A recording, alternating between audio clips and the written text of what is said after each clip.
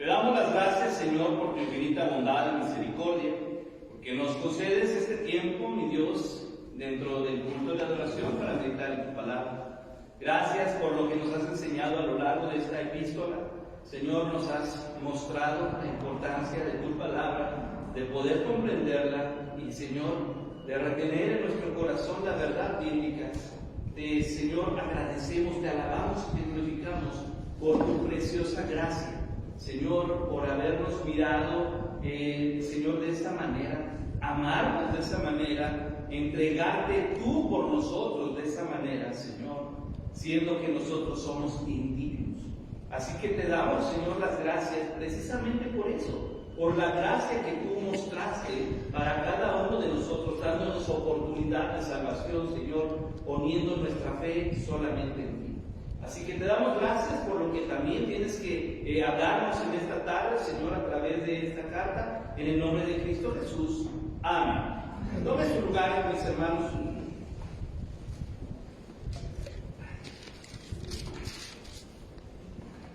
Hermanos, la gracia de nuestro Señor Jesucristo sea con vuestro espíritu. Amén.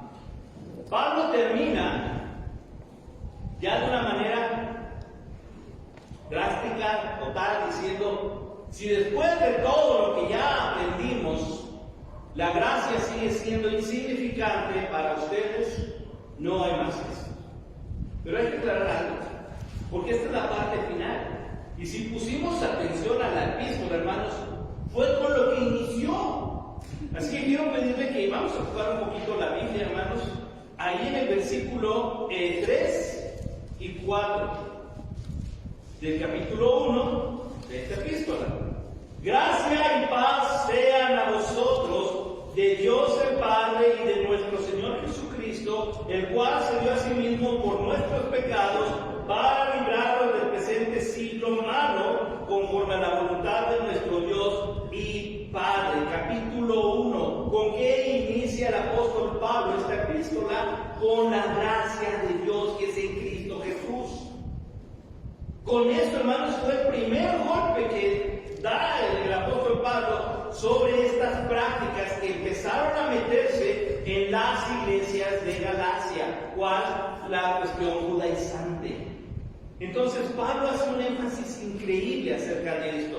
Sabe, hermanos, que la mentira con la que ellos están batallando se debe mucho, hermanos, a gente malintencionada que no ha sido enviada por la iglesia, que no ha sido, hermanos, que no tiene la aprobación de Dios incluso para hacer que la iglesia de Cristo comience a tener prácticas que no ameritan a iglesias gentiles.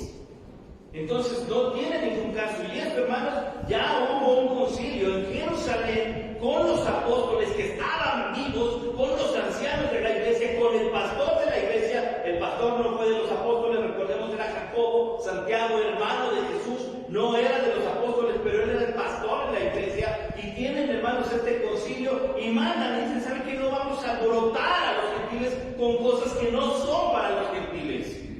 Pablo entonces les da una cátedra. ¿Por qué? Porque estamos hablando de la ley, y la ley es importante, claro que sí, hasta donde tiene que ser la ley.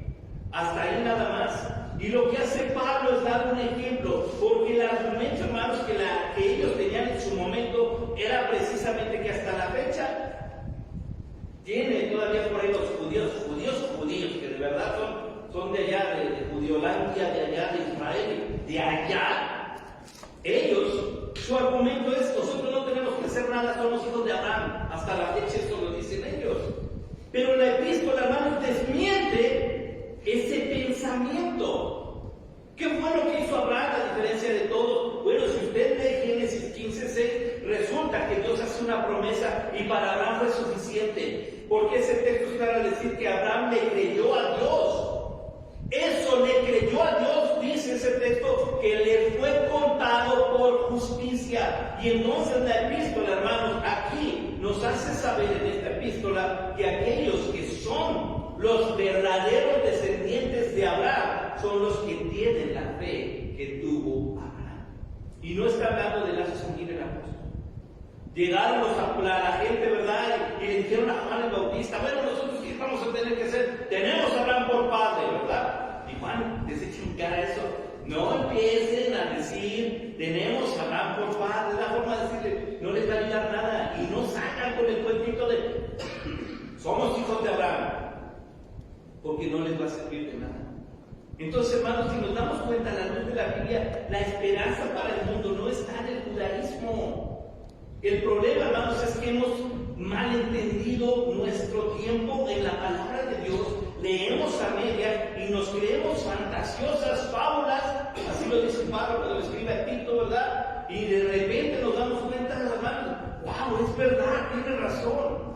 Eso fue lo que pasó en las iglesias de Galacia, al punto de que Pablo todavía les pone un ejemplo, ¿verdad? Tuve un caso con Pedro y tuve que regañar a Pedro y tuve que llamar, ¿por qué? Porque empezó a enseñar nuevamente, a judaizar a los gentiles y nada tiene que ver. Así que la parte interesante aquí, hermanos, es que a partir de esta epístola, yo les recomiendo que lean también Hebreos. Si el Señor nos concede la existencia, tendremos en algún momento el recorrido por la epístola a los Hebreos, que maravilloso sería también eso. Pero esta epístola, hermanos, que ha sido contundente para demostrar la veracidad del por qué nuestras obras, aunque muy piadosas, solo se quedan en el simple intento, pero no nos van a dar ni lograr acercarnos lo más mínimo a la salvación. Por esa causa, hermanos, es que la ley destapa, descubre y revela quién es nuestra realidad, quién en realidad somos. Y resulta que a la luz de la ley, hermanos, nosotros somos pecadores. Pero somos hijos de Abraham, sí, pero no somos pecadores. Nosotros somos mexicanos igual, somos pecadores. ¿Qué necesitamos entonces? Mirar a la cruz de Cristo, creer en la obra expiatoria perfecta de Jesucristo para poder acercarnos a Dios, pero solo a través de Jesucristo. Y esto, hermanos, ya es una obra misericordiosa, hablando de que el Hijo de Dios vino a buscarnos y nosotros no lo merecíamos. Esto es gracia. Dios nos mira cada día, hermanos, sin nosotros merecerlo. Esto es gracia. Dios nos deja vivir un día más sin nosotros merecerlo. Esto es gracia, de verdad, la misericordia de Dios, sobre todo porque no lo merecemos. Y es interesante, hermanos, porque no hay quien haga lo bueno. No hay quien lo haga ni aún uno, dice Salmos, dice Romanos. No hay quien haga lo bueno, hermanos. No lo hay. Entonces no tenemos esperanza a través del cumplimiento de nuestras obras. ¿Para qué es importante, hermanos, entonces encontrarnos con la ley, obedecer la ley? Recordemos el objetivo, nos pone, hermanos, en armonía con los demás. Qué curioso, hermanos, que los mandamientos tienen que ver, en su mayoría, con la relación a los demás. Los mandamientos que tienen que ver con Dios, hermanos, todos esos se resumen en Jesucristo. Pero lo demás, el no matarás, el no robarás, tiene que ver con poner paz entre nosotros. Entonces, si hay algo todavía interesante, hermanos, porque cuando Pablo comienza esta epístola, hace haciendo énfasis tremendo en lo que significa la palabra gracia. Y cuando termina esta epístola, hermanos, termina, fíjense cómo no, Pablo no está enojado, ya se nos enojó durante toda la epístola, pero aquí al despedirse, les habla con amor, hermanos. ¿Y cuál es el deseo? Que la gracia, aquello que nos hizo cristianos, que nos hizo hermanos, la gracia de nuestro Señor Jesucristo, sea como es. Llegue a lo más profundo de ustedes, que la gracia reine en su corazón, que la gracia vive a la iglesia, que la gracia de Dios nos haga trabajar y nos haga obreros fieles. La gracia, el pensar, hermano, que usted y yo somos salvos, no porque nos lo merezcamos, no porque lo que tengamos, no por lo que hicimos, no por nuestra trayectoria en la iglesia, hermano, usted y yo somos salvos porque Jesucristo tuvo misericordia de nosotros. Y lo que viene después simplemente es la demostración de gratitud y amor por haber sido salvados por gracia. Tuvimos fe en Jesucristo. Ahora, hermanos, hay un pasaje en la Biblia donde Jesús, hermanos, agarra todo el pensamiento de esa religión, hermanos, de todo el judaísmo, lo hace pelotas y lo tira y les hace saber que las obras de la ley, como dijo aquí Pablo, hermanos, no nos van a ayudar nada. Quiero pedirle que abra su Biblia conmigo y vayamos más atrás al Evangelio de Mateo, capítulo 23.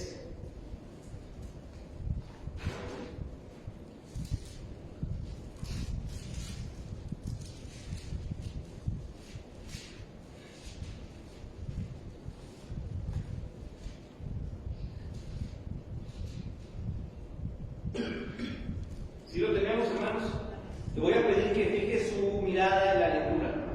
Déjeme leer en voz alta. No me mire a mí. Mire lo que está aquí. 23. Desde el 1, no se preocupe. Entonces habló Jesús a la gente y a sus discípulos diciendo: en la cátedra de Moisés se sientan los escribas y los fariseos. La cátedra, hermanos, es un banquito donde hace tiempo se enseñaba a las personas. La persona que enseñaba era el que tenía el privilegio de ocupar ese banquito, y todos los alumnos estaban de pie. Sinceramente yo no sé en qué parte de la historia se vio el volteo, porque ahora el que da la clase está parado y los alumnos sentados, ¿verdad? Pero anteriormente era fácil poner la cátedra ahí, ¿verdad? Por eso es catedrático, porque sentaba en la cátedra. Y de repente si nos falta, ¿verdad?, sentarnos. Pero bueno, dice aquí, se sientan en la cátedra de Moisés. Vamos juntos, se va a la ley. Y mire, empieza: así que todo lo que os digan que guardéis, guardando y hacedlo. Mas no hagáis conforme a sus obras, porque dicen y no hacen. Hay una hipocresía muy marcada en estas prácticas. Estos eran judaizantes, lo vamos a ver más adelante. Andan buscando prosélitos, atan cargas pesadas y difíciles de llevar y las ponen en los hombros de los hombres, pero ellos ni con un dedo quieren moverlas. ¿Se dan cuenta? Pablo termina la carta anterior diciendo: ni siquiera los que se circuncidan cumplen la ley. Están aquí mismo, ni siquiera ellos son capaces de llevar lo que ellos mismos están citando. Antes hacen todas sus obras para ser vistos por los hombres. Recordemos, Pablo les dice: para ellos una vida más, una circuncisión más es una victoria para ellos. O sea, no están preocupados si la gente se va a salvar o no. Aquí dice esto: solamente quieren ser vistos. Ensanchan sus caracteres, extienden los flecos de sus mantos, aman los primeros asientos de la cena, las primeras sillas en la sinagoga, las salutaciones en las plazas, y que los hombres los llamen rabí, rabí. Y viene el pero nosotros, ustedes, vosotros, no queráis que los llamen rabí, porque uno es vuestro maestro. Empieza a poner en su lugar todo el ego, el Cristo, y todos vosotros sois hermanos, sois unos iguales. No llaméis Padre vuestro a nadie en la tierra, porque uno es vuestro Padre que está en los cielos, y sed llamados maestros, porque uno es vuestro Maestro, el Cristo. Todo lo que tiene que ver con Dios es de Dios. Mas el mayor de vosotros sea vuestro siervo, porque el que se enaltece será humillado, y el que se humilla será enaltecido. Y aquí viene, hermano: mas ay de vosotros, escribas y fariseos hipócritas. Todo lo que tenemos aquí, hermanos, es lo que resulta de las obras de la ley, es lo que resulta, hermanos, de la tradición oral, es lo que resulta de la tradición talmúdica, todo lo que tenemos aquí. Mas hay de vosotros, escribas y fariseos hipócritas. Ya lo dijo al principio, porque hipócritas, pero aquí viene otro punto: cerráis el reino de los cielos delante de los hombres. A ellos no les importa si la gente se salva o no, pues ni entráis vosotros, ni dejáis entrar a los que están entrando. O sea, piensen toda la epístola a los Gálatas, y es Jesús el que está echando abajo todo eso. Ay de vosotros, escribas y fariseos hipócritas, porque devoráis las casas de las viudas y como pretexto hacéis largas oraciones, por esto recibiréis mayor condenación. Ay de vosotros, escribas y fariseos hipócritas, porque recorréis mar y tierra, fíjense bien, para hacer un prosélito, y una vez hecho, le hacéis 2 veces más hijo del infierno que vosotros. Terminan siendo peores que ustedes. Hay de vosotros, guías ciegos, que decís: si alguno jura por el templo no es nada, pero si alguno jura por el oro del templo es deudor. Que es de la tradición oral. Insensatos y ciegos, porque ¿cuál es mayor, el oro o el templo que santifica el oro? También decís: si alguno jura por el altar no es nada, pero si alguno jura por la ofrenda que está sobre el altar, es deudor.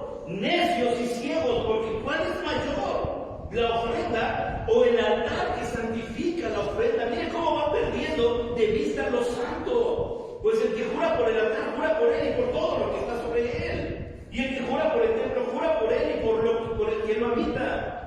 Y el que jura por el cielo, jura por el trono de Dios y por aquel que está sentado en él. Ay de vosotros, escribas y fariseos hipócritas, porque diezmáis la menta y el eneldo y el comino, y dejáis lo más importante de la ley, la justicia, la misericordia y la fe.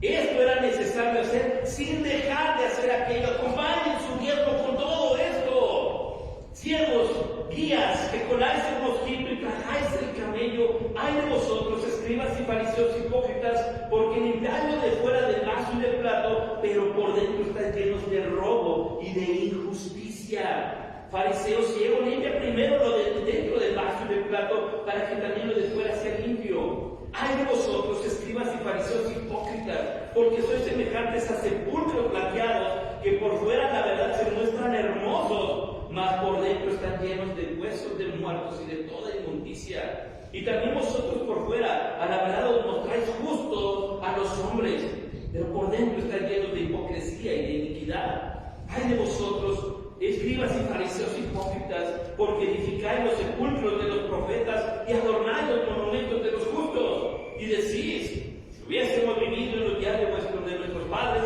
no hubiéramos sido cómplices de la sangre de los profetas. Así que dais testimonio contra vosotros mismos de que sois hijos de aquellos que mataron a los profetas. Vosotros también llenad la medida de vuestros padres. Son igualitos. Serpientes, generación de víboras, ¿cómo escaparéis de la condenación del infierno? Por tanto, aquí yo os envío profetas y sabios y escribas, y de ellos a unos mataréis y crucificaréis, y a otros azotaréis en vuestras sinagogas, y perseguiréis de ciudad en ciudad, para que venga sobre vosotros toda la sangre que se ha derramado sobre la tierra, desde la sangre de Abel el justo hasta la sangre de Zacarías, hijo de Berequías, a quien matasteis entre el altar y el templo. Entre el templo y el altar. De cierto digo que todo esto vendrá sobre esta generación. Hermanos, Jesús cita directamente obras de la ley, lo que para ellos vendría siendo el Tanaj. ¿Qué es el Tanaj? El Antiguo Testamento, la tradición oral, el Anahá y la cuestión talmúdica, hermanos. Y Jesús les dice, ¿sabes qué? Si tú te dedicas a hacer ese tipo de obras, te vas a encontrar con que eres el mayor hipócrita, porque lo único que tienes es una religión hueca, vacía y falsa. Y eso es lo que llegó, hermanos, a las iglesias cristianas, y empezó a robar almas, y empezaron a creer. Ellos, hermanos, en Galacia no tenían noción directamente de todo esto, fueron aprendiendo a medida que fueron encontrándose con la verdad. Pero nada de esto, hermanos, ni siquiera por la iglesia primitiva en Jerusalén fue impuesto sobre ellos. Fueron lobos rapaces, hermanos. Estos que recorren mar y tierra para hacer un prosélito, y una vez que lo hacen, hermanos, le cargan la mano haciéndolo que se aparte totalmente de Dios 2 veces más, hijo del infierno, y resulta que terminan separados totalmente de Dios. Entonces Pablo tenía razón cuando escribe esta epístola. ¿Y por qué termina deseándole a la iglesia? No se olviden de la gracia de Dios. Hermanos, si algo tenemos por lo cual vivir agradecidos con la iglesia cristiana, es que nuestra fe está puesta solo en Jesucristo. Y si usted y yo nos encontramos en el cielo, será por la misericordia de Jesucristo demostrada en la cruz, siendo Jesucristo la gracia encarnada de Dios para dar oportunidad a los pecadores, de los cuales usted y yo somos parte. Así que si algo aprendemos, hermanos, tan solo al recordar este último versículo, es el corazón de Pablo preocupado por una iglesia que necesita retomar la Escritura, guiados por el Espíritu Santo, para aprender, comprender y sobre todo, hermanos, abrazarnos a la gracia de Dios. Porque por gracia es que somos salvos, por medio de la fe, dice en Efesios. Y esto no lo hacemos nosotros, es regalo de Dios. Y ese regalo de Dios, hermanos, es Jesucristo. Entonces termina Pablo de una manera poderosa diciéndole a la iglesia, y nos incluimos nosotros, hermanos, la gracia de nuestro Señor Jesucristo sea con su Espíritu. Tengamos en cuenta, hermanos, la importancia, el peso que tiene estudiar la palabra de Dios. Y sobre todo, hermanos, si vamos agradeciendo todos los días la gracia misericordiosa que el Señor nos ha entregado.